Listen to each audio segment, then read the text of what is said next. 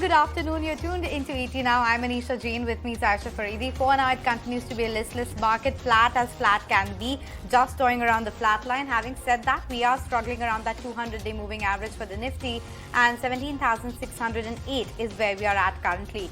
Having said that, you have the broader markets which are doing better, as well as Bank Nifty. That's putting its weight because Bank Nifty is up around 66 points. Yes, off the highest point of the trading session, but at least a shade of green is what is visible.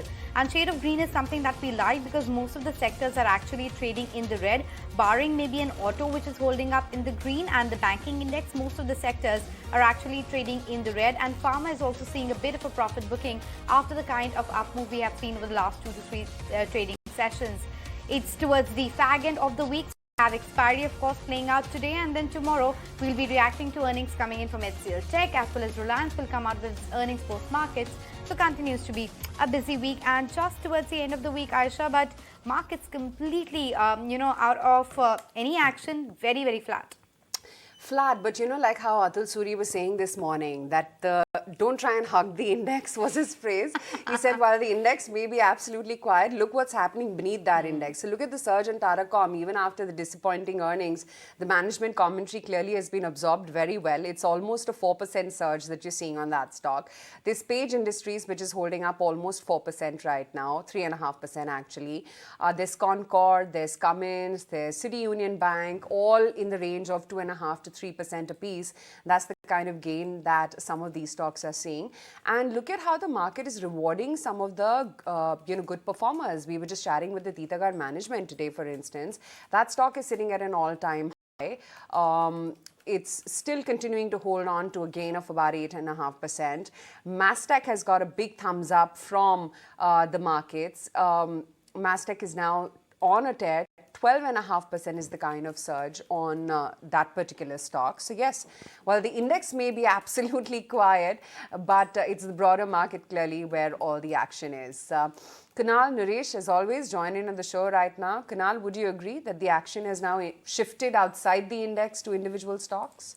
Yes, Aisha, for the time being, I think it's good to see that the indices are consolidating and digesting the gains which you've seen over the last 10 odd days, from a 1,000 odd point gain on the Nifty.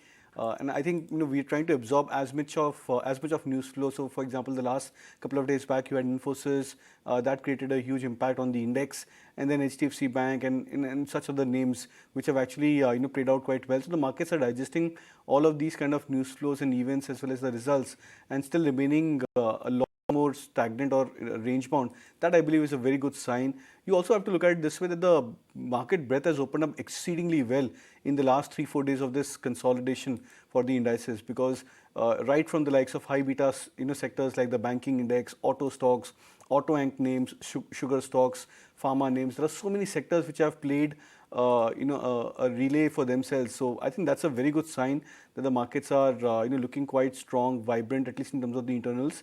So I believe it's a matter of time that the indices will also get back into their groove. 17,500 to 600 is a very strong support zone, and this could actually be a point where contrarian traders may look to build positions on the Nifty.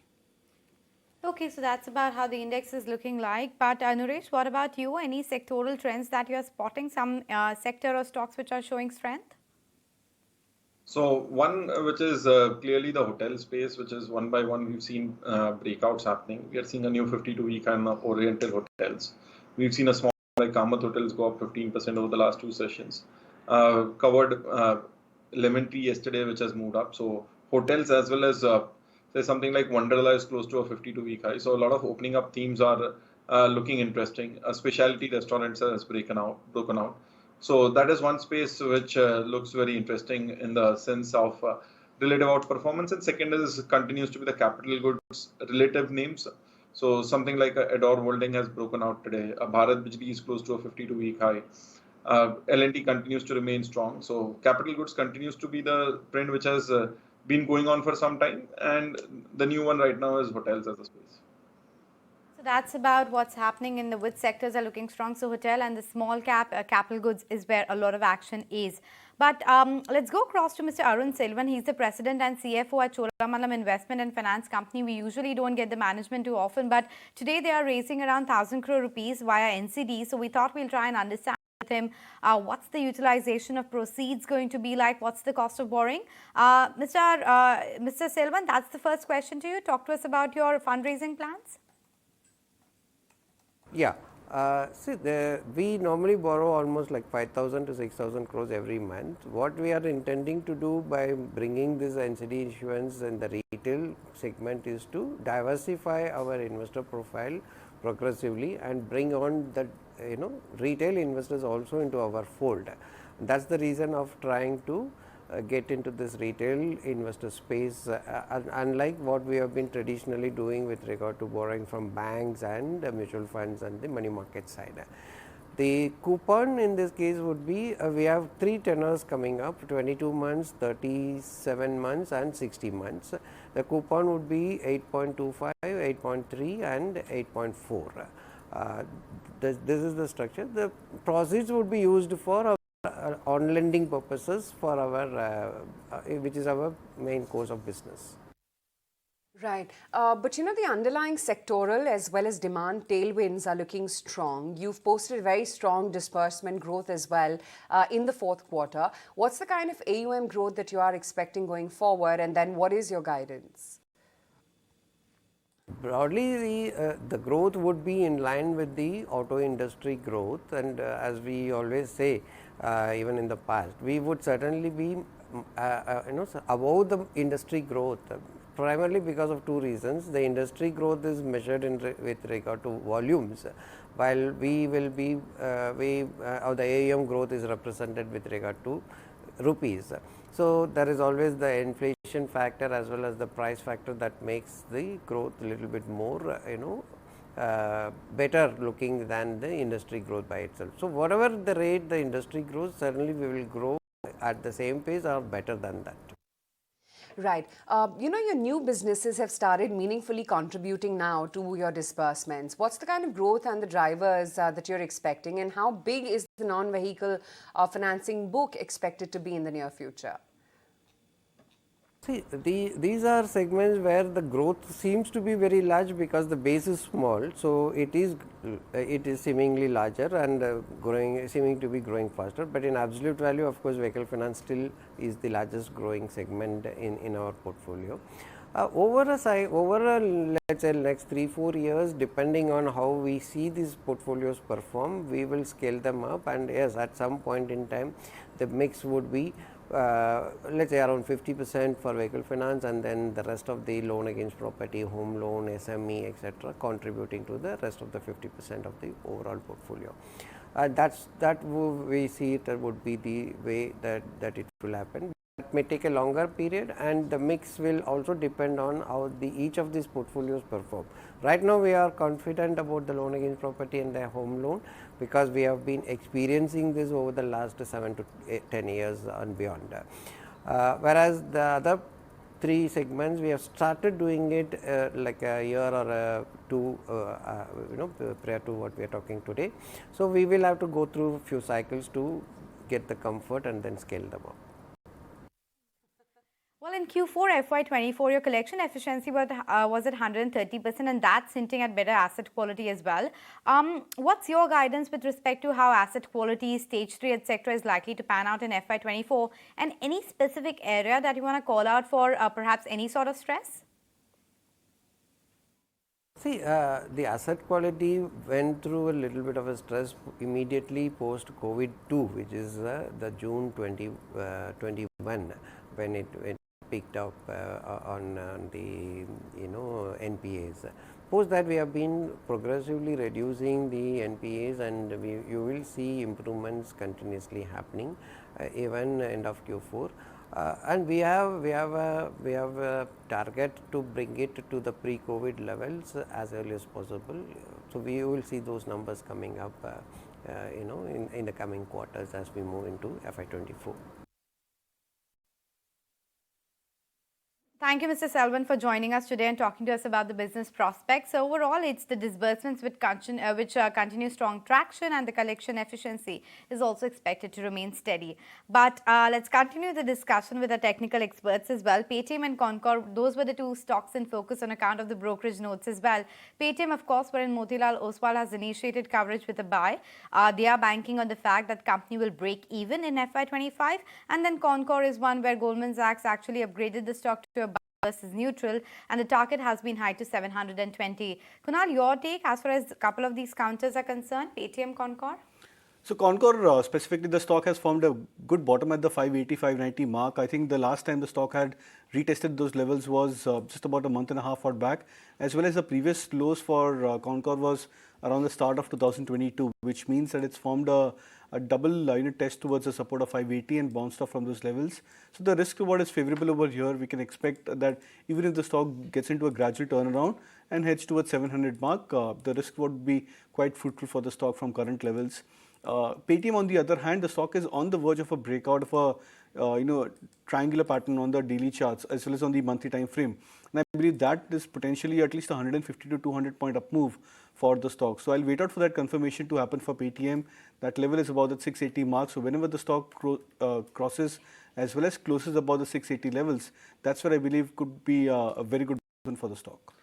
Right, okay. And it's clearly an ET Now impact day on D Street, be it Mastech, be it Titagarh Magans, or for that matter, Tata Communications. We got them all covered, and all of them have been surging in trade after the commentary indicated by the managements to us earlier today. So let's get a slice of, what their commentary was like.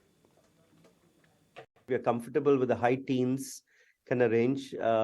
Definitely, we'd want to actually demonstrate strong, consistent quarter-on-quarter, year-on-year growth. That's our priority, while maintaining that margins in that kind of 18% range. We don't guide necessarily for margins or revenue, but we're comfortable in the range that we're in and in that high teens, because that allows us to invest back in the business. Our UK business is quite unique, as we've discussed in the past. There is very underlying, national infrastructure importance type of that we do in immigrations, borders. In fact, one of the deals we won is in the biometric space for managing legal immigration into the UK.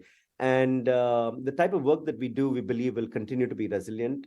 We have, having said that, diversified in manufacturing and a couple of other industries like retail. I think the movement of dependency on UK has definitely come down, but UK continues to be an important sector for us. So we'll see continued growth in FY24 even from that geography, while definitely faster growth in Americas and in Middle East, relatively speaking. So we feel that order booking is just going to go up from here. I mean, some of the foundational work, like I said, we've done in the last year or so in terms of recruiting, marketing, our brand recognition, our people element of it, right? Our attrition has dropped down 700 bips to 21%. We probably look at another 2-3% of reduction of that. With CRRC, we are executing the Bangalore Metro, or we would see execution of Bangalore Metro this year. We have bid on a number of other tenders. It is again one of the stated policies of the government that there would be metros in every large and medium-sized cities. So one train a month, our fixed cost remaining what it is, obviously the margins are impacted.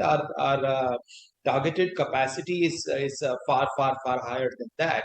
So we believe that the margins we've always maintained that our overall margin guidance is between 8 to 10% for both FTRS, which is freight rolling stock, and PRS, which is passenger rolling stock business. And we believe that that is something which is a pretty manageable or achievable margin for both our businesses. Once we, of course, reach a certain base volume. The first train has to be developed and manufactured and supplied in 2 years, and thereafter all the other trains would be within about 4.5 years thereafter, and then there is a 35-year maintenance of all these trains. We would be producing the base coach in Calcutta in our plant, and the final testing assembly would happen in the railways facility in ICF in Chennai. If you look at the large deals, that has grown quite significantly in the last year. And because that, was one of the indicators for us to see, can we go to a customer to be more relevant? Can we construct a deal that is large enough across all these portfolios? Because prior to that, we had a lot of deals, but, a lot of smaller ones, and it was running very, very fast to stay in the same place as it were. But now we are seeing the color of that change, where we are seeing larger deals, and the number of large deals we have done is significantly improved. We continue to see good traction. As long as the customers are still going to be, in the path of their digital transformation, and more so a cost-led digital transformation, we don't see, slowdown in the momentum that we've been able to pick up in the last 3 quarters.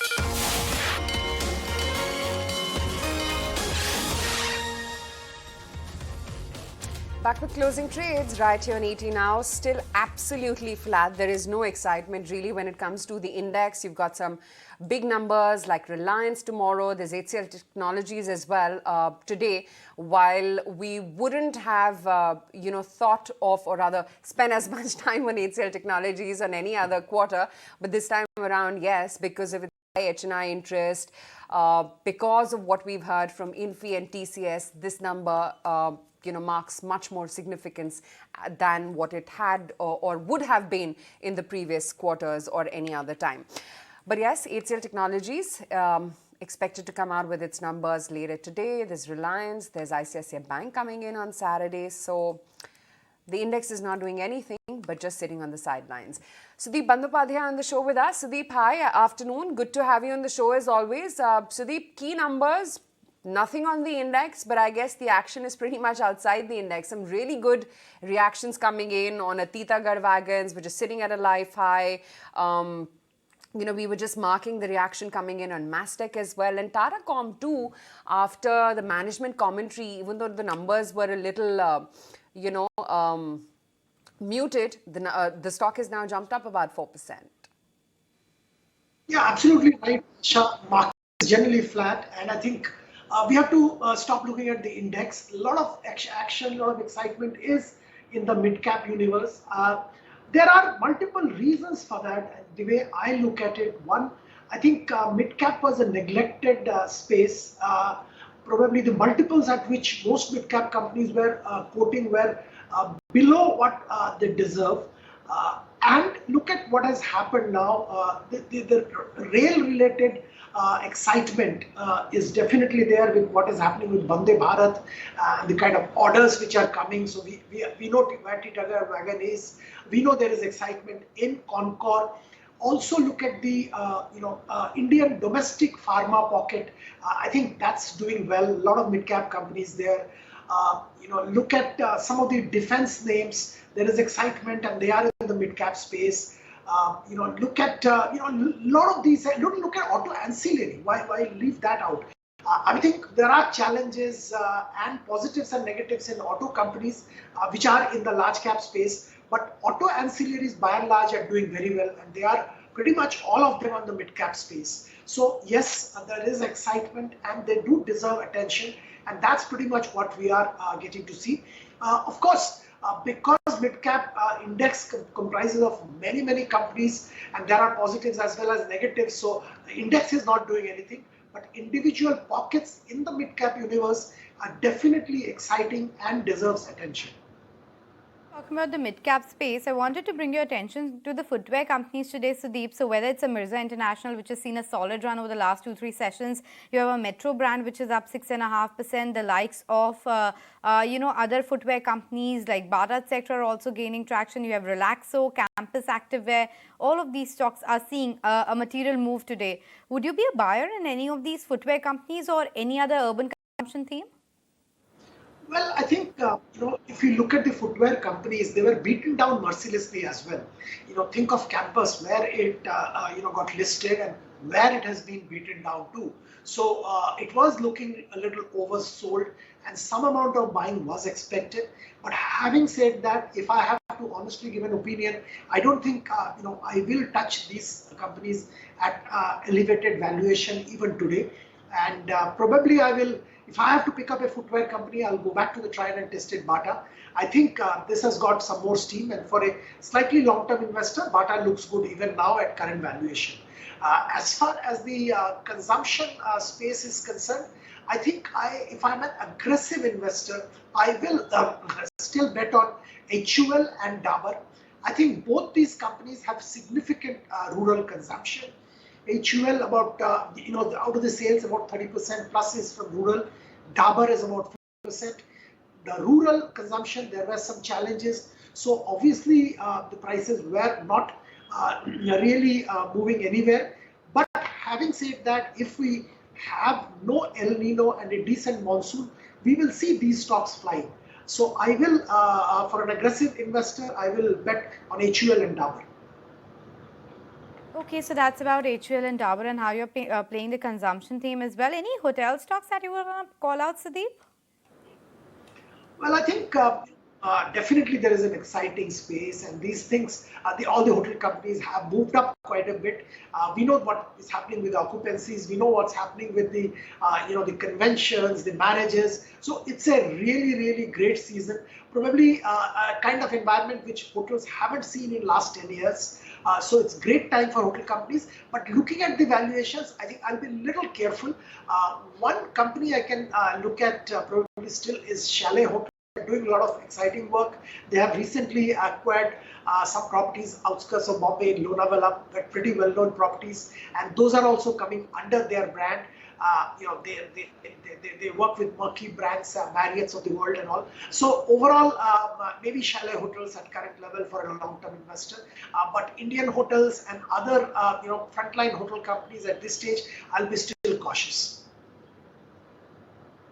Okay. That's definitely not Indian hotels. Chalet is the one that Sudeep was recommending a buy on, and his previous stock pick was a Bata that he likes. So that's Chalet Hotels, a little bit tempered in trade right now. 368 is where the stock is. Bata, of course, is seeing bigger gains, 1.6% higher on Bata as we speak right now.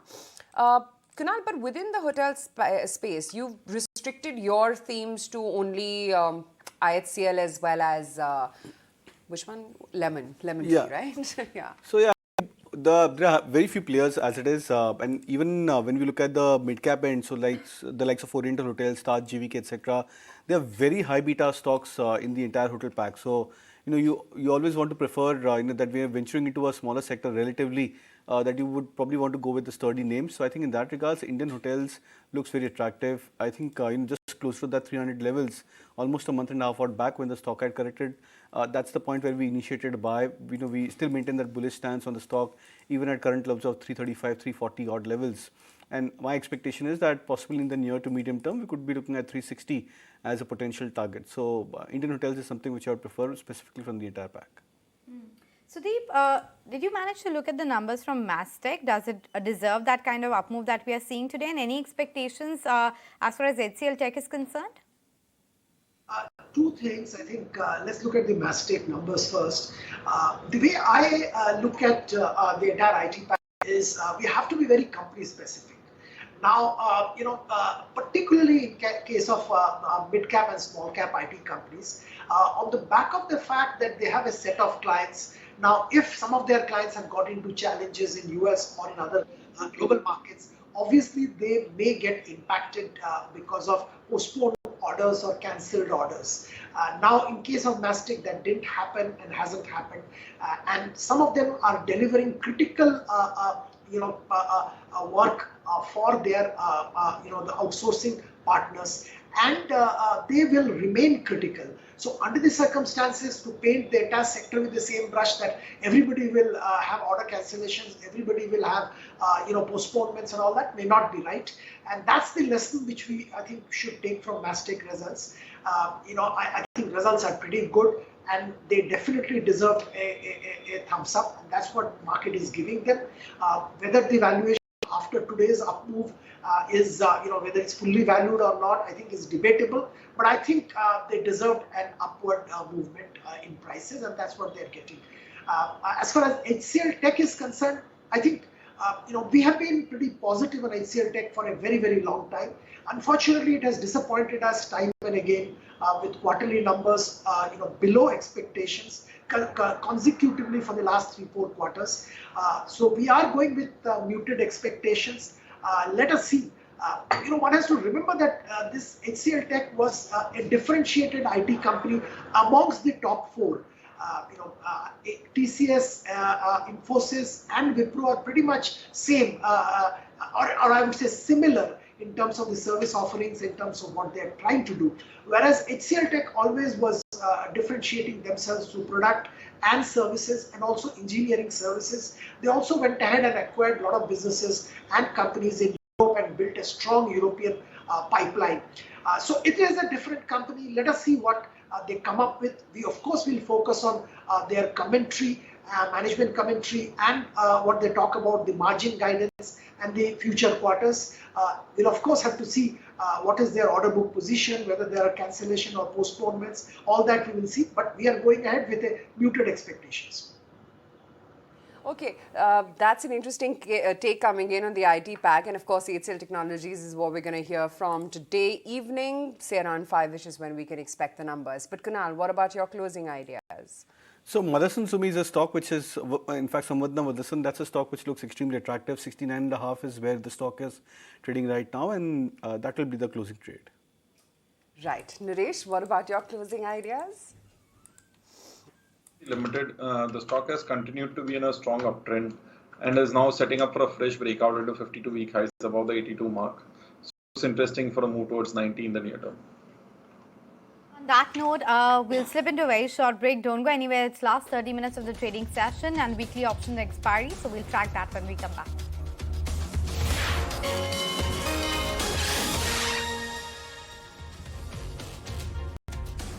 Back with closing trades right here on 80 now, and still nothing has changed actually from the last 3 minutes to now. We're absolutely flat still on the index, but it's the breadth which is looking lively. Having said that, if you were to just take an individual count of the advanced declines, there's not a difference. It's pretty much neck and neck. But yes, the gains are more as compared to the quantum of the losses that the laggards are seeing.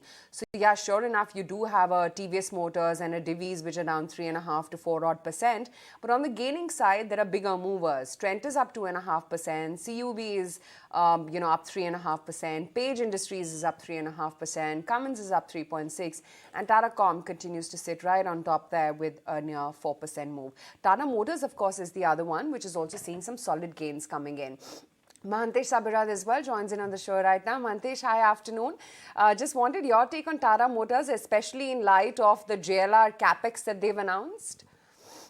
Good afternoon. The JLR capex is a welcome move, but the quantum is pretty large. In the past, Tata Motors has been consuming a lot of capex in terms of supporting its JLR arms, and particularly this capex is quite heavy. Well, the announcement of a capex generally means that the company is headed for better forecasts ahead. I'm just too worried about whether that capex will be sustained by the current set of cash flows. Already the debt levels are something which are a cause of worry for JLR. That's the word coming in as far as Tata Motors is concerned. But of course, the other big boy to watch out for is Reliance. The earnings will be out tomorrow. Let's try and understand the expectations with Somit.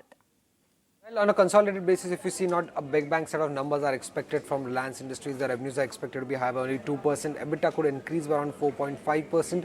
Margins are expected to come in at 16.6%, while the net profit is expected to be 6% higher on a sequential basis. Now, if you see segment-wise performance, it is the O2C segment that is expected to lead the growth for Reliance Industries in the fourth quarter, and that is the reason why, and this is because the EBITDA growth of O2C segment will be the highest compared to other segments at around 9% odd. Now, O2C segment benefited because of a steady refining margin and because of higher petrochemical margins in the fourth quarter. Now, petrochemical margins were also higher because of lower energy costs that we had seen in the previous quarter. Moving on to the gas exploration business, now that is expected to see a 4% increase in its EBITDA, and this will be largely on the back of higher volumes because gas prices remain largely stable on a sequential basis. When it comes to the retail segment, that segment's revenue is expected to rise by around 3% odd, while the EBITDA growth is expected to be around 4%, and this will be purely on the back of store expansion and operating leverage for Reliance Industries. So That's the expectations from Reliance, but Jio, of course, forms an important part of the business as well. Somit, what's the expectation? Pretty much flat, right? From Reliance Jio, which is the telecom arm of Reliance Industries, yes, not much growth expected on that front. Also, even in fact, if you see the EBITDA and the net profit growth for Reliance Jio is expected to be around 2% and 0.6%, and this will be the slowest ever growth reported by Reliance Jio in the fourth quarter of FY23. ARPU, which is the number for the telecom company, is expected to come in pretty much flat at close to 179 rupees per user per month, while the subscriber base is expected to be slightly higher at close to 43.9 crore user base. Now, whatever growth we are seeing in the Reliance Jio number is purely in the back of subscriber addition, as there was no tariff hike and cost was also higher on a sequential basis because of 5G launch. We are seeing such a slower growth on the EBITDA and on the net profit front. Now, apart from the results, what are the key things to watch out for from Reliance Industries earnings? Firstly is the net debt number. Earlier the company Reliance Industries was a net debt free company, but now its net debt has increased to around 1 lakh crore. So where this number is going to be at the end of financial year 23 would be important to watch out for. Along with this, how has been the performance of its recent investment in retail and a new energy vertical would also be important to track. What is the update on the demerger of Jio Financial Services, something that investors would be keenly watching out for, and what has been the 5G traction, what are the 5G monetization plans going ahead would also be important to track from Reliance Industries and Reliance Jio earnings. Okay, so that's the take coming in as far as Reliance is concerned. But just let's quickly take stock of what's happening, because we are not seeing that expiry move come into the markets at this point of time. Let's look at the global markets as well as to what they are doing. Europe has started on the back foot, Aisha. You have a cut of almost 0.6%. And even if you look at the pre-market rates from the Dow as well as Nasdaq, they are suggesting cut of 147 point. And look at Nasdaq, a cut of almost 1%. Yeah, but a FTSE, a CAC, they're all sitting at 52-week highs as well. So it's actually, you know, a meaningless fall, not even a fall actually, barely even a dip that you're currently seeing. So that doesn't really matter. Having said that, Sudeep, do you think at least in the near term, this entire correlation of our markets with what the globe is doing has gotten disconnected? Well, I won't say disconnected, Aisha. I will say that we are more focused on our corporate earnings because there are no major global events or even domestic macro events. So I think that that focus of the market is on corporate results. Like today we are talking about HCL, tomorrow we'll talk about Reliance, and I think a whole lot of other smaller company results.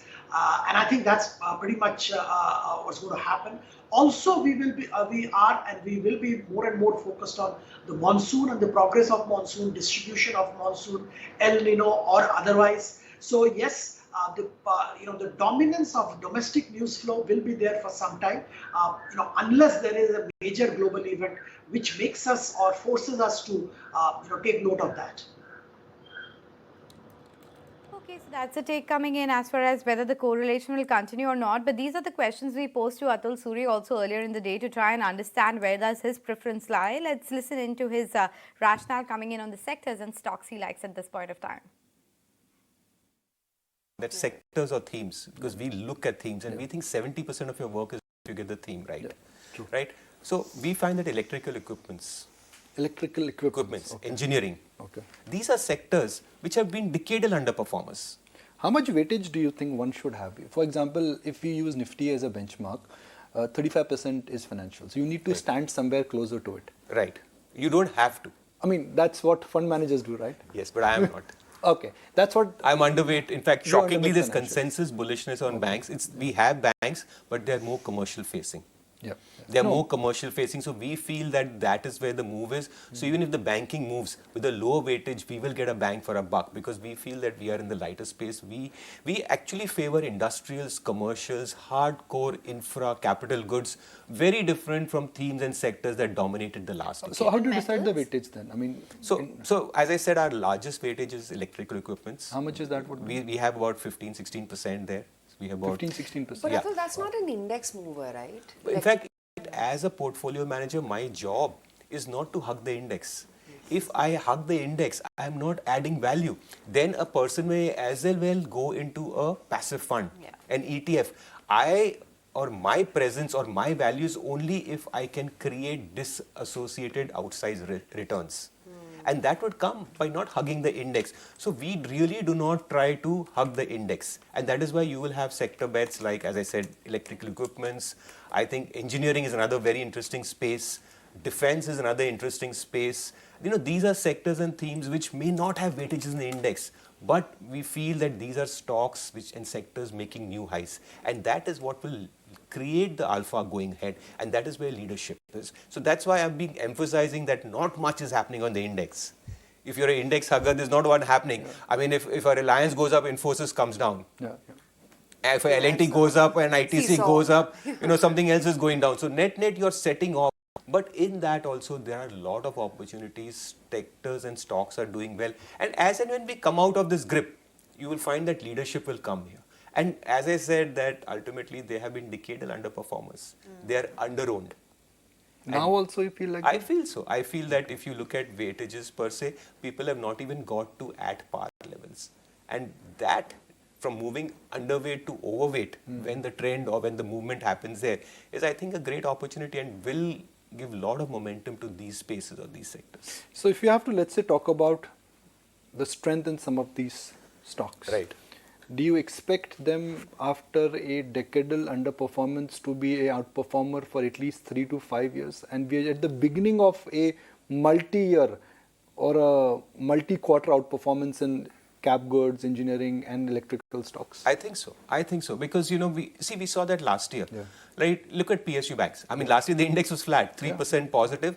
The PSU index went up 70%. Yeah, 30%. So what really happens is that sectors that have underperformed for so long, people naturally get underweight. And sectors which have done well, people are already overweight.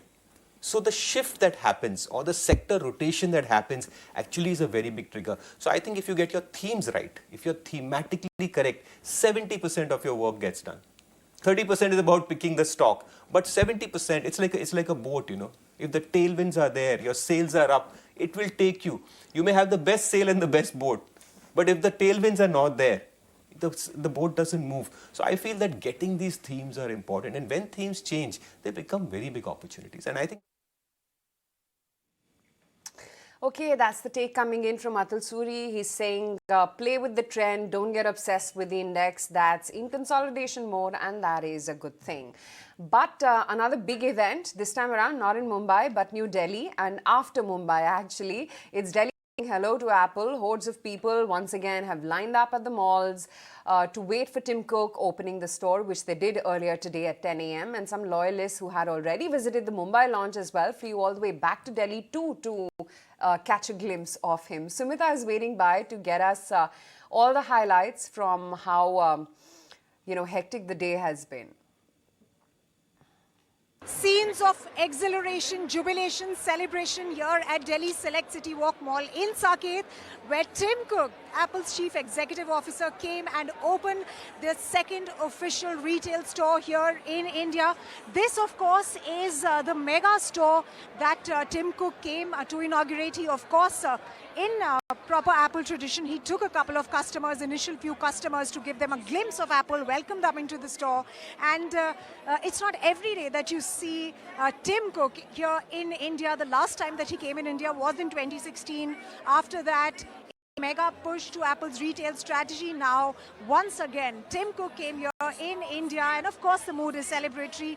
As you can see all across me, people are sampling Apple products, thinking of what to purchase next, inquiring about products and figuring out all the features of this Apple store, which Apple claims is extremely sustainable and is committed to Apple's commitment to carbon neutrality. So I'm going to be taking you through some of these products yet again. So you have iPads lined up here, Apple Watches, a whole set of products listed here, some Apple phone covers over there, again watch covers, chargers, you name it, and they have it right here. About Apple, and we have seen that urban consumption is one thing that has been working quite well as far as stock markets is concerned as well, whether it's an Ethos, a Landmark, even Titan for that matter. All of these stocks have been surging, and of course you also have Akshaya Tritiya coming this Saturday, and ahead of that businesses, these jewelry companies, etc., are doing quite well. So let's pull up the Titan and see what it's up to, and maybe a Kalyan Jewelers as well, because these are the counters which have been holding up comfortably in the green. But Mahantesh, your sense as far as urban consumption is concerned, do you think valuations still allow any fresh buys into these names? See, urban consumption has been a worry, and that's primarily due to the COVID after effects and inflation being typically very high. Now that we have seen that the RBI announcing a pause, whether it is temporary or permanent is another debate, but the pause definitely tells you that somewhere the inflation is likely to be under control and likely to slide down. This should help revive urban consumption growth in the years to follow. But immediately this current year, the consumption trends on the urban side are pretty weak. Look at two-wheeler, car sales. They're not growing 14-15% year on year on a CAGR basis. You know, we are just about barely growing in single digits. So my worry is that unless we see a proper slide in the inflation, urban consumption demand growth is going to be quite tepid. Moreover, the urban consumption growth also is a function of how housing stock or how real estate growth is. We have had a break in the real estate growth story for a few years, and until that revives, the urban consumption growth will follow a bit later. Adani Power, they've signed a power supply pact with MPSEZ Utilities. That's the word coming in. Stock holding up by about almost 5% or so. So, Deep, it seems that the entire Adani saga is well behind us, right? Or is the market still nervous about what's going to come out next? Well, some amount of nervousness is definitely, unfortunately, there. I think, after what happened, investors are a bit wary. There is an inquiry happening, which is mandated by the Supreme Court. SEBI is doing the investigation, and hopefully things will be clarified once for all once this inquiry is over.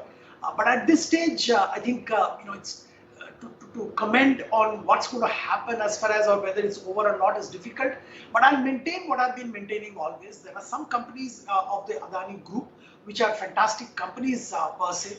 Whether it's an Adani Port, Adani Wilmar, or even Adani Power for that matter, I think they have strong assets on ground, and there is absolutely nothing which a long-term investor should worry about these companies.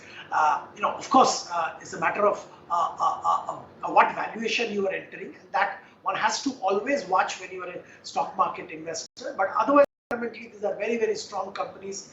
And I will talk about the cement companies also.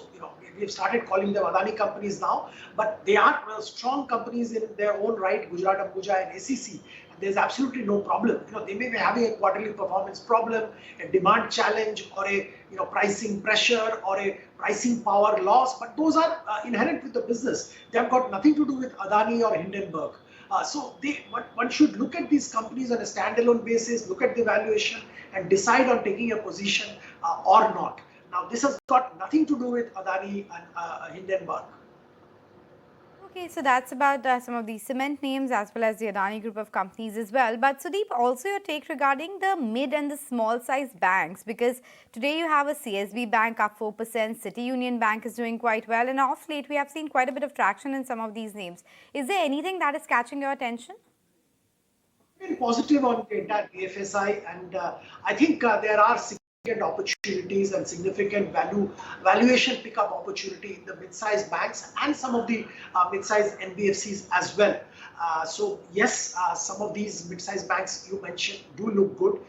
Catholic Syrian Bank, definitely a whole lot of things are happening. There is some excitement there. City Union Bank, there was some negative news flow in the past quarter. Things were the bank prices were beaten down, but it's a fundamentally strong bank. They're doing a lot of right things.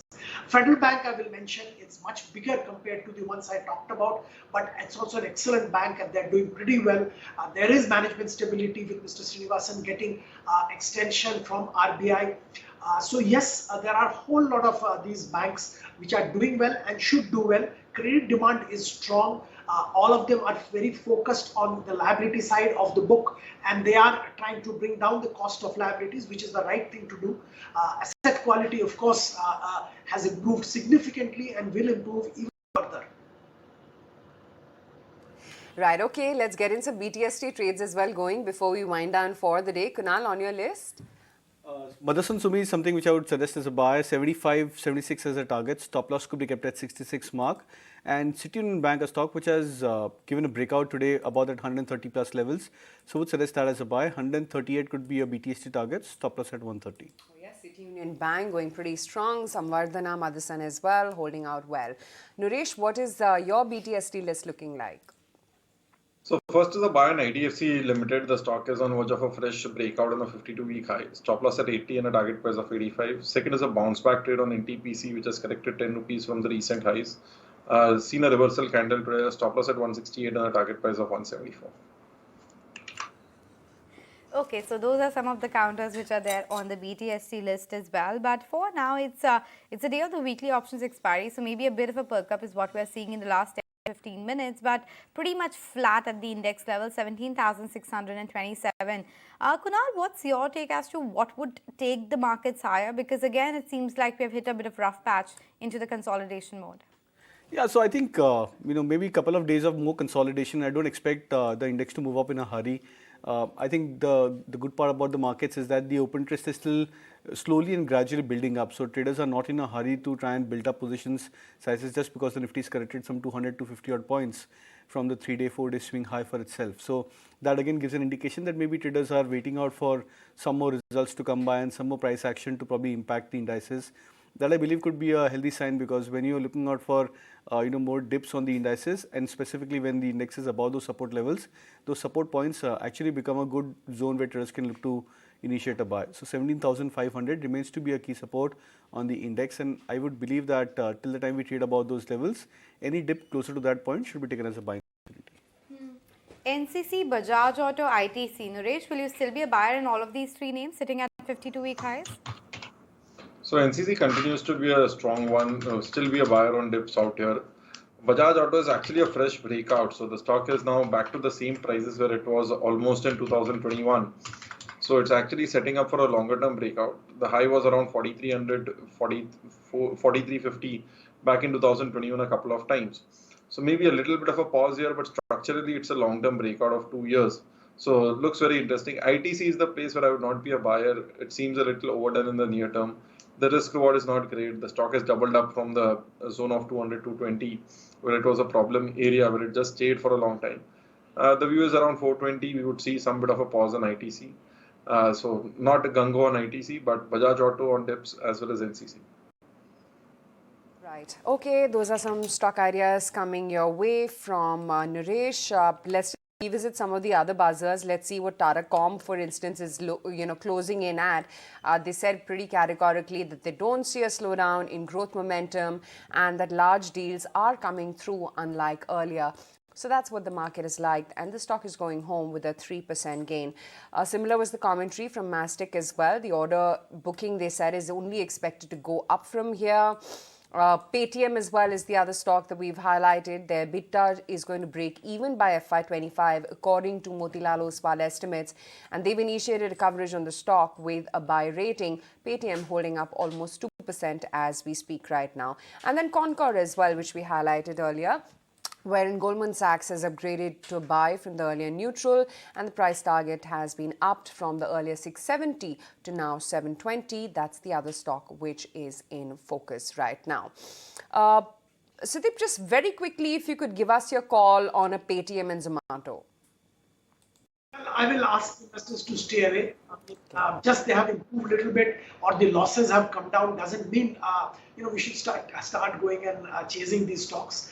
There is still a long way. Paytm still has to get their business model right. We still don't know what's going to be their revenue driver going forward and what's going to really make the company stand out in the league of big companies or profitable companies. As far as Zomato is concerned, there are many moving parts. They are still a long way from profitability.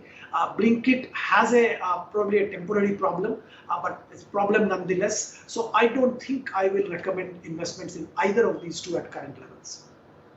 Hey, Sudeep Mahantesh, great to have both of you on the show. We'll let you go on that note. Thanks for taking the time out as always.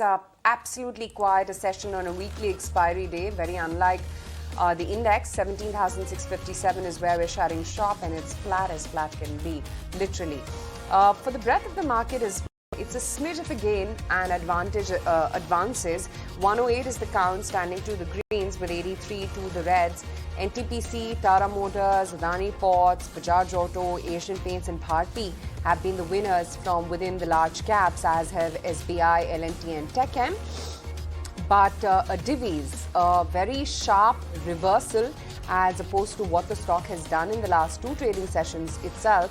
Eicher Motors, DRL, Unilever, Britannia. In fact, it's quite intriguing as to how Pharma and FMCG, the leaders from the last 2 days, have been the laggards today. Infosys as well goes home with a loss, as does HCL Technologies ahead of its numbers. Reliance also absolutely quiet ahead of its numbers tomorrow post-market hours.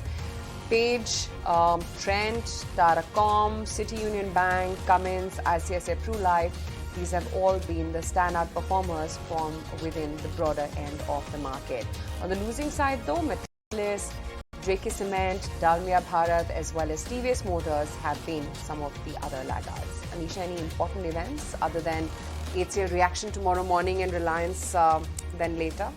No, not much really to watch out for globally as well. It's not any important data point that we are waiting for. Of course, we'll get the US, UK, Eurozone PMI data, but not much to watch out for as far as events is concerned. But back home in terms of the stock action, of course, we pointed out how Cummins is one stock which is holding up after Kotak has actually come out with a fresh note on that one. Then you had all these textile companies, the likes of Lux, Rupa, Dollar. They were quite excited in the trading session. And footwear companies also deserve a mention. The likes of Metro, Bata, Mirza, Liberty, Relaxo, Campus Activewear. These were some of the stocks which were excited. But at the index level, it is flat absolutely. 17,625 is where we are shutting shop.